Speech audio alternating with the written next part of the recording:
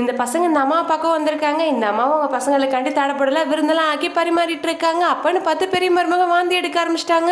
அதனால அந்த அம்மாவும் ஹாஸ்பிட்டலுக்கு கூட்டு போப்பான்னு சொல்றாங்க. அந்த பையனும் ஹாஸ்பிட்டலுக்கு கூட்டு வந்து உனக்கு ஒரு நல்ல செய்திமா நீ பாட்டியாக போறேன்னு சொன்னதும் அந்த அம்மா ரொம்ப சந்தோஷப்படுறாங்க. அந்த பையனும் இதுக்கு மேல இங்க வந்துட்டு போறது கஷ்டமா அதனால இந்த வீட்டை வித்துட்டு பேசாம எங்க கூட வந்துருன்னு சொல்லும் போது அந்த அம்மாவுக்கும் சரின்னு பண்றதுனால புரோக்கர் கிட்டே சொல்லி வீட்டையும் வித்துறாங்க. வீட்டு வித்த காசு அந்த பையங்க 2 பேரும் உங்க அம்மா கிட்ட கொண்டு வந்து கொடுக்குறாங்க. அந்த அம்மாவும் எனக்குலாம் எதுக்குப்பா இந்த காசு நீங்க 2 பேரும் பிரிச்சு எடுத்துக்கோங்கன்னு சொன்னாலும் நீ வச்சுக்கோ சொல்லிட்டு அந்த பசங்களும் போயிடுறாங்க. அதை பார்த்த மருமகளுக்கு பயங்கர கோவம் வருது. அந்த அம்மா அவங்க பசங்க சொன்னது கூட கேட்காம சின்ன மருமகிட்ட போய் 5 லட்சம் கொடுத்துட்டு இதை நீயே வச்சுக்கமான்னு சொல்றாங்க. அதை பார்த்த சின்ன மருமகளும் ஒருவேளை என் வீட்டுல டேரா போடுறது மாதிரி ஐடியா பண்றாங்க அப்படின்னு அந்த பொண்ணு நினைக்கிறா. பெரிய மருமகிட்ட காசை கொடுத்தா ஒருவேளை நம்ம கூட வந்துருவாங்களோன்னு சொல்லிட்டு அந்த பொண்ணும் பயப்படுறா. அதனால 2 பேரும் அவங்க கணவர்கிட்ட போயிட்டு பேசாம உங்க அம்மா பெரிய மருமக வீட்டுல இருக்க சொல்லுங்க, அவங்கதான் இப்ப கன்சீவா இருக்காங்க, அவங்களுக்கு உதவியா இருக்குன்னு சொல்லும் போது அந்த பையனும் ஒத்துக்கிறான். அதே போல பெரிய மருமகளும் நான் அம்மா வீட்டுக்கு போயிருவில்லைங்க, அத்தைக்கு இங்க வந்தா ரொம்ப கஷ்டமா இருக்கும்ல, அதனால சின்ன பையன் வீட்டுக்கு போக சொல்லுங்கன்னு சொல்லும்போது அவனும் சரின்னு சொல்லிட்டு ஒத்துக்கிறான். அவங்க 2 பேரும் காலைல விடிஞ்சு விடியாம கிளம்பலான்னு சொல்லிட்டு முடிவு பண்றாங்க. பசங்க 2 பேரும் அவங்க அம்மா கிட்ட சொல்லலாம்னு சொல்லிட்டு போகும்போது அத்தை அசந்து தூங்கிட்டு இருப்பாங்க. வாங்க கிளம்பலாம்னு சொல்லிட்டு கிளம்பிடுறாங்க. காலையில வீட்டை வாங்கினவரும் அந்த வீட்டை பார்த்துட்டு இருக்கும்போது அப்பா அந்த அம்மாவும் பசங்களாம் தூங்கிட்டு இருக்காங்கப்பான்னு சொல்லும் போது பசங்க யாருமே இல்லையேன்னு சொல்லும்போது அவங்களுக்கு பயங்கரமான ஷாக் ஆயிடுச்சு.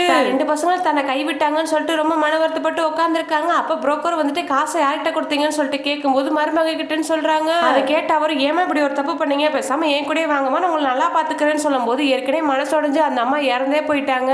இந்த அம்மா மயக்க மாட்டதுனால இந்த புரோக்கர் எல்லாத்தையும் கூப்பிடுறாரு. அப்ப எல்லாரும் வந்து பாக்குறாங்க. அதுல இருந்து ஒரு பையன் வந்து அந்த அம்மா செக் பண்ணி பார்க்கும்போது பிரஷர் ஆனனால பேச்சு மூச்சு இல்லாம இருக்காங்க. உடனே ஹாஸ்பிட்டலுக்கு கூட்டு போலான்னு சொல்றா. அதனால இந்த அம்மாவே ஹாஸ்பிட்டலுக்கு கூட்டு போறாங்க. அந்த புரோக்கர் அவங்க 2 பசங்களுக்கும் கால் பண்ணி நடந்த விஷயத்தெல்லாம் சொல்றாங்க.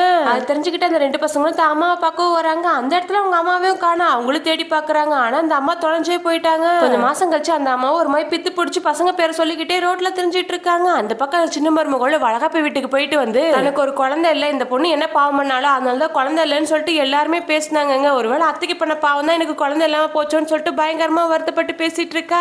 கணவரும் அந்த பொண்ணுக்கு சமாதானம் சொல்லிட்டு இருக்கும் போது அப்ப அந்த பொண்ணு அத்தை இருக்காங்கன்னு சொல்லிட்டு போய் பார்க்கும்போது அவங்க அத்தை பித்து பிடிச்சி அழிஞ்சிட்டு இருக்காங்க. அந்த பொண்ணு அவங்களை வீட்டுக்கு கூட்டிட்டு வரா. பெரிய மருமகளும் பண்ண தப்ப உணர்ந்து அந்த அம்மா கிட்டே மன்னிப்பு கேட்கறாங்க. அவங்களை ரொம்ப நல்லபடியாவே கவனிச்சுக்கிறாங்க. கொஞ்சம் கொஞ்சமா அவங்களும் சரியாக ஆரம்பிக்கிறாங்க. அந்த பெரிய மருமகளுக்கு பயங்கரமா வலி எடுக்க ஆரம்பிச்சிச்சு. அவங்கள ஹாஸ்பிட்டலுக்கு கூட்டு போகும்போது உங்களுக்கு ஒரு அழகான பெண் குழந்தையும் பிறக்குது. அவங்க ஹாஸ்பிட்டல் இருந்து வீட்டுக்கு வரலான்னு சொல்லிட்டு போகும்போது பசங்களாம் சேர்ந்து அந்த அம்மா வாழ்ந்த வீட்டுக்கே கூட்டிட்டு வராங்க. இதை வித்துட்டோம்னு சொல்லும் போது இல்லம்மா உனக்கு பிடிச்ச வீடு இந்த வீடு தானே, அதுக்காண்டி நாங்க எல்லாரும் டிரான்ஸ்ஃபர் வாங்கிட்டு இங்கே உன் கூட சந்தோஷமா வாழலான்னு முடிவு பண்ணிட்டோம், இனிமேல் இது உன் வீடுமான்னு சொல்லிட்டு ரொம்ப சந்தோஷமா கூட்டிட்டு வராங்க. நம்ம ஆபீஸ் போறேன்னு சொல்லிட்டு வீட்டு வேலை பாக்குறாங்க. அப்ப அந்த வீட்டுல வேலை பாக்குற பையனும் உங்களுக்கும் சேர்த்தா சாப்பாடு கொண்டு வந்தா இந்தாங்கம்மா சாப்பிடுங்கன்னு சொல்லிட்டு கொடுக்குறான். அப்ப அந்த பக்கத்துல அந்த பையனும் கேட்கறான், ஏன்டா எக்ஸ்ட்ரா சாப்பாடு கொண்டு வந்தேன்னா அதை எனக்கு கொடுக்க வேண்டியதானே, எதுக்கு அந்த அம்மா கிட்ட கொடுக்குறேன்னு சொல்லிட்டு கேட்கும்போது இல்லடா சாப்பாடு கெட்டு போச்சு, அந்த அம்மா கழுவி கொடுப்பாங்களா அதுக்குதான் கொடுத்தேன்னு சொல்லும் போது அந்த அம்மா அதை கேட்டுறாங்க. சாப்பாடே கூட்டிட்டு கழுவி கொண்டு போய் கொடுக்குறாங்க. டிஃபன் பாக்ஸையும் கொடுத்துட்டு உனக்கு கழுவி கொடுக்கணும் என்கிட்ட கொடுப்பா, அதுக்காண்டி இப்பெல்லாம் பேசாத, உன என் தம்பி மாதிரி நினைக்கிறேன்னு சொல்லிட்டு அவங்களும் மனசு ரொம்ப கஷ்டப்படுறாங்க. வேலையெல்லாம் முடிச்சுட்டு அவங்களும் ரொம்ப டயர்டா வீட்டுக்கு போனா அப்பா அவங்க பொண்ணு அம்மா எனக்கு ரொம்ப பசிக்குது சாப்பாடு செஞ்சு கொடுன்னு சொல்லிட்டு நெய் பாலிஷ் வச்சுட்டு இருக்கா. அந்த அம்மாவை சமைச்சிட்டு இருக்கும் போது தெரியாம கத்தி பட்டுருது. அவங்க பொண்ணையும் கூப்பிட்டு இந்த புளியை மட்டும் கரைச்சு கொடுன்னு சொல்லிட்டு கேட்கும்போது என்னால முடியாதமா நான் நெய் பாலிஷ் வச்சிருக்கேன்னு சொல்லிட்டு போயிடுறா. அவங்களும் வலியோட இந்த புளியும் கரைக்கிறாங்க. அந்த அம்மா வீட்டு வேலை பார்த்துட்டு இருக்கும் போது இந்த அம்மாவோட பையனோட ஃப்ரெண்ட் அதை பார்த்துட்டு போயிட்டு அந்த பையன்கிட்டே சொல்லிடுறா. அந்த பையனும் என்னமோ நீ வீட்டு வேலை பாக்குறியாமே என் ஃப்ரெண்டு சொன்னான்னு சொல்லும் போது அதெல்லாம் ஒன்றும் இல்லப்பா, ஆஃபீஸ் விஷயமா ஒருத்தவங்கள பார்க்க போயிருந்தேன், அப்ப தெரியாம காஃபி கொட்டிட்டேன் அதனால தொடச்சு விட்டுட்டு இருந்தேன், அதை தான் அப்படி பார்த்துருப்பான்னு சொல்லிட்டு அவங்களும் சமாளிக்கிறாங்க. அந்த பையனும் அவங்க அம்மா கிட்ட போய் டூர் போகணும் அதுக்காண்டி 5000 ரூபாய் காசு கொடுன்னு சொல்லிட்டு கேட்கும்போது அந்த அம்மா அவளை காசு என்கிட்ட இல்லைன்னு சொல்றாங்க. எப்படியாவது எனக்கு அந்த காசை கொடுக்கலன்னா உன்ட்ட பேச மாட்டேன்னு சொல்லிட்டு போயிடுறான். அந்த பையனும் அந்த காசுக்காண்டி அந்த அம்மா கிட்ட கால் பண்ணிட்டு இருக்கா. அந்த அம்மா வேலை பார்த்தனால இந்த போனையும் எடுக்க முடியாம போயிருது. அதனால நேரா போய் பார்க்கும்போது அந்த அம்மா வீட்டு வேலை செஞ்சுட்டு இருக்கதை பார்த்து அவனுக்கு பயங்கரமான ஷாக்கா இருக்கு. ஆஃபீஸ் போறேன்னு சொல்லிட்டு இந்த வீட்டு வேலையம்மா பார்த்துட்டு இருக்க, ஏமா என்கிட்ட சொல்லாம வரச்சுன்னு சொல்லிட்டு கேட்கும்போது இதெல்லாம் சொன்னா நீ என்ன அசிங்கமா நினைப்பேன்லப்பா அதனாலதான்ப்பா சொல்லலன்னு சொல்லிட்டு ரொம்ப வருத்தப்பட்டு பேசும்போது அந்த பையனும் அந்த அம்மாவோட கையை பாக்குறா. வீட்டு வேலை செஞ்சு செஞ்சு அந்த கையெல்லாம் தேஞ்சு போனதுச்சு அந்த பையனும் பயங்கரமா அழ ஆரம்பிச்சிட்டா.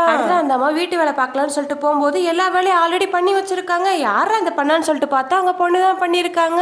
இருந்திருக்கணும் அந்த பொண்ணு அவங்க அம்மா கால் பண்ணும்போது அப்பா ஆஃபீஸ்ல ஒரு பையன் கால் எடுத்து உங்க அம்மா வீட்டு வேலை பாக்குறாங்கன்னு சொல்லிட்டு போனை வச்சுட்டு போயிடுறா. அந்த பொண்ணு நடந்ததெல்லாம் கேட்டு பயங்கரமா வருத்தப்பட்டு நம்ம எவ்வளவு பெரிய தப்பு பண்ணிட்டோம்னு சொல்லிட்டு அவங்க அம்மாவுக்கு உதவியா இருக்கா.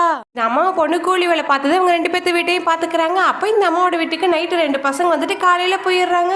பார்த்து அந்த பக்கத்து வீட்டுக்கார பொண்ணு அந்த அம்மா கிட்ட போயிட்டு யாரோ 2 பசங்க நம்ம வீட்டு சைடு வந்துட்டு போறாங்கக்கா என்னன்னு தெரியல ஹவுஸ் ஓனர் கிட்ட சொல்லணும்னு சொல்லும் போது அந்த அம்மாவும் அதெல்லாம் எதுக்குமா நம்ம வேலையை நம்ம பாப்போம்னு சொல்லிடுறாங்க. அடுத்த அந்த பொண்ணு யார் வீட்டுக்கு அவங்க வராங்கன்னு சொல்லிட்டு பார்த்தா அந்த அக்கா வீட்டுக்கு தான் வராங்க. அதை பார்த்து அந்த பொண்ணுக்கு பயங்கரமான ஷாக்கா இருக்கு. அடுத்த அந்த அம்மா கிட்ட போயிட்டு யார் நம்புறதுனே தெரியலன்னு சொல்லி புழம்பிட்டு இருக்காங்க. அந்த அம்மாக்கு ஒண்ணுமே புரியல. அந்த பொண்ணு கொஞ்சம் கொஞ்சமா அந்த அம்மா கிட்ட பேசுறதே நிப்பாட்டிடுறா. அவங்க கூப்பிட்டா கூட அந்த பொண்ணு கண்டுக்காம போயிடுறா. டீ வாங்கி வச்சுட்டு அந்த பொண்ணுக்காண்டி வெயிட் பண்ணும்போது அந்த பொண்ணு அந்த டீயை கூட குடிக்க மாட்டா. அப்பா அந்த பக்கத்துல இருந்த அண்ணனும் கேக்குறாங்க, ஏமா அந்த டீயை குடிக்க மாட்டேன்னு சொல்லிட்டு. இவங்க ஒரு தப்பானவங்க. டெய்லி நைட்டு 2 பசங்க அவங்க வீட்டுக்கு வந்துட்டு போறாங்கன்னு சொன்னதை கேட்டதும் அந்த அம்மாக்கு மனசே உடஞ்சிருச்சு. இது பார்த்தாலும் சொல்லிட்டு அந்த பொண்ணு எல்லார்கிட்டையும் இந்த அம்மா தப்பானவங்கன்னு சொல்றா. அதை கேட்ட ஒருத்தர் என்னமாச்சுன்னு சொல்லிட்டு விசாரிக்கும் போது அவங்க கிட்ட எல்லாத்தையும் சொல்றா. அவர் போயிட்டு அவன் கணவர்கிட்டயும் சொல்றாங்க. அந்த அம்மாவோட கணவரும் சொல்றாரு, அவர் தப்பானவா, அதனால டிவோர்ஸ்க்கு அப்ளை பண்ணிருக்கேன்னு சொல்லும் போது, இருந்தாலும் உங்க குடும்பம் இல்ல, நீங்க ஒழுங்கா பாருங்கன்னு சொல்லிட்டு அந்த ஆளும் போயிடுறாங்க. அப்ப இவளை கையை களமா பிடிக்கணும்னு சொல்லிட்டு அன்னைக்கு நைட்டு கிளம்பி போறாரு. அந்த அம்மாவும் அந்த பொண்ணு சொல்ல நினைச்சு ரொம்ப வருத்தப்பட்டு இருக்காங்க. அப்ப அந்த 2 பசங்களும் வந்து என்னாச்சுன்னு சொல்லிட்டு கேட்கும் போது அவங்களும் நடந்ததெல்லாம் சொல்றாங்க. பயங்கர கோவமா அந்த பொண்ணை பிடிச்சி பயங்கரமா திட்டிது. எங்க அம்மா எங்க அப்பாவுக்கும் எங்க அம்மாவுக்கும் ஒரு சண்டையில பிரிஞ்சுட்டாங்க, அதனால எங்க அப்பாவுக்கு தெரியாம எங்க அம்மா வந்து பாத்துட்டு இருக்கோம் அப்படின்னு சொல்லும் போது அவங்க அப்பாவை அதை கேட்டு மனசு அடைஞ்சாரு. அவங்க 3 பேத்துக்கிட்டே மன்னிப்பு கேட்டு அவங்க 3 பேத்தையும் வீட்டுக்கு கூட்டிட்டு போறாரு.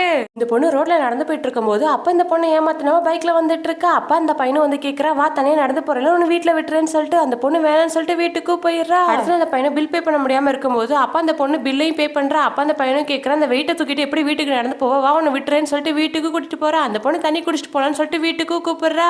அந்த பையன் அந்த பொண்ணோட கணவர் போட்டோக்கு மாலை போட்டிருக்க பார்த்துட்டு உன் கணவருக்கு என்னாச்சுன்னு சொல்லிட்டு கேட்கும்போது ஒரு ஆக்சிடென்ட்ல என் கணவரும் என் பிள்ளை இறந்துட்டாங்கன்னு சொல்லும் போது அவனுக்கு ரொம்ப வருத்தமா இருக்கு. அடுத்து அந்த பையன் அந்த பொண்ணுக்கு ஃபோன் பண்ணிட்டே இருக்கா. அந்த பொண்ணு ஃபோன் எடுக்காதனால வீட்டுக்கு போய் பார்க்கும்போது இந்த பொண்ணுக்கு பயங்கரமா ஜோரம் அடிக்குது. ஹாஸ்பிட்டல்லாம் கூட்டிட்டு போயிட்டு மாத்திரை மருந்தெல்லாம் கொடுத்து நல்லபடியா பாத்துக்கிறான். கொஞ்சம் கொஞ்சமா அவங்களும் பேசி பழக ஆரம்பிக்கிறாங்க. ஒரு நாள் அந்த பொண்ணும் ஃபோன் பண்றா, பார்த்தா ஃபோனே போக மாட்டேங்குது. அந்த பையனும் 2 நாள் கழிச்சு அந்த பொண்ணையும் பார்க்க வரான். அப்ப அந்த பொண்ணும் கேட்கறா, எங்க பொண்ணுன்னு சொல்லிட்டு. வேலை விஷயமா வெளியூர் போயிருந்தமா, எனக்கு கொஞ்சம் பொருள் வாங்கினேன், உனக்கும் வாங்கியிருக்கேன்னு சொல்லிட்டு கொடுத்துட்டு போறான். அந்த பொண்ணு அந்த பொருளை எடுத்து பார்க்கும் போது இல்ல சாரி பூ இருக்கு. அதை பார்த்து அந்த பொண்ணுக்கு பயங்கரமான ஷாக்கா இருக்கு. அந்த பையன் வந்துட்டு பொருளை மாத்தி கொடுத்துட்டேன்னு சொல்லிட்டு கேட்கறான். எனக்கு தெரியும் நீ பொருளை மாத்தி கொடுத்துருப்பேன்னு சொல்லிட்டு பூ வாடக்கூடாதுன்னு சொல்லி ஃப்ரிட்ஜில் வச்சிருந்தேன்னு சொல்லிட்டு அந்த பூவை ரொம்ப வருத்தமா கொடுக்குற. அதை பார்த்து அந்த பையன் இந்த பூ பிடிச்சிருந்தா நீயே வச்சுக்கோன்னு சொல்லிட்டு அந்த பொண்ணோட கணவர் போட்டோ முன்னாடி வச்சுட்டு போறான். ஆனா அந்த பொண்ணு இன்னொரு பொண்ணோட வாழ்க்கைக்கு எடுத்து நம்ம வாழக்கூடாதுன்னு சொல்லிட்டு இந்த ஊரை விட்டே காலி பண்ணி போயிடுறா. குழந்தை இல்லாதனால கோயில போயிட்டு கணவனும் மனைவி மடிப்பிச்சு எடுத்துட்டு இருக்காங்க. அடுத்த நாள் கணவனோட தங்கச்சி சீமந்தம் முடிச்சு வீட்டுக்கு வரும்போது அந்த பொண்ணு ஆர்த்தி எடுக்கிறாங்க. அப்பா அந்த தட்டையும் அந்த அத்தை தட்டி விட்டு உனக்கு ஒழுங்கா கூட ஆர்த்தி எடுக்க தெரியாதுன்னு சொல்லி திட்டிட்டு போயிடுறாங்க. அதை பார்த்து அந்த கணவரும் நீ வேணும்னு தட்டி விட்டேன், என் மனைவிக்கு குழந்தை இல்ல, அதனால உன் பொண்ணுக்கும் அந்த குழந்தைக்கு ஏதாவது ஆயிருந்தாலும் நீ இப்படி பண்ணுன்னு சொல்லிட்டு கேட்கும் போது ஆமாடா 2 வருஷம் ஆச்சு கல்யாணம் ஆகி இன்னும் ஒரு குழந்தை பெத்து கொடுக்க வழி இல்லைன்னு சொல்லி திட்டி விட்டுறாங்க.